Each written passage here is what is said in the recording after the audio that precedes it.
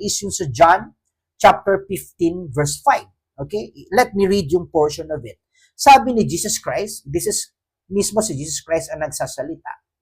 Sabi niya, I am the vine, you are the branches.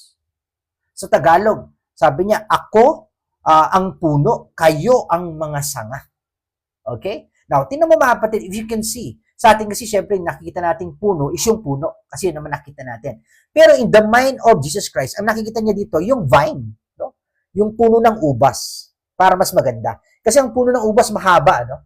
Tapos maraming mga branches. Okay? Tapos namumunga siya. Okay? In the first look, pag makikita mo yung isang vine ng grapes, you will be amazed sa branch. Kasi nandun yung bunga. Tama? Ang ma-appreciate mo yung branch. Kasi nandun yung bunga, ang lalaki. Pero tandaan mo, kaya naman nagkaroon ng bunga yung branch because nakakabit sa vine. Okay? Dun sa puno. Kasi kung wala sa vine, walang life. Tama ba? Kaya yun ang joined together in the Lord. So therefore, God is speaking to us right now.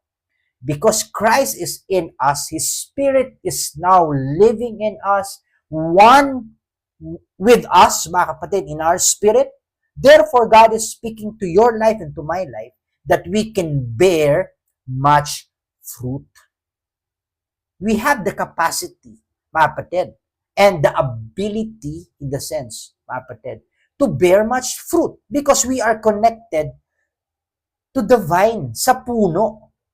At nagpapakita yung mga kapatid, yun ang implication that we are joined in the Lord. We have life because we have received life from the life. Tama ba? Tumanggap tayo ng buhay kasi nakakabit tayo sa buhay. I say amen. I say amen. At implication, yung buhay, nakatira sa atin. Ulitin ko nga. Let this be a revelation to you and to me, mga kapatid. Listen to me. Life is in you right now. Yung buhay, the spirit of life is inside of you. One in your spirit. So therefore, mga kapatid, expect that whatever God has placed in your hand to do, it will have life. Kasi you have life, then you can bear much fruit. Yun implication that you are in union with the Spirit. Hindi to religion.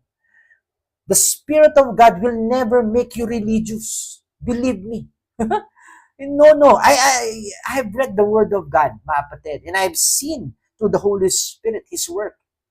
Ang goal ng Holy Spirit for you to grow, mga kapatid, in the knowledge so that you will mature as son, so that you can fulfill your kingdom purpose and to bear much fruit in this life.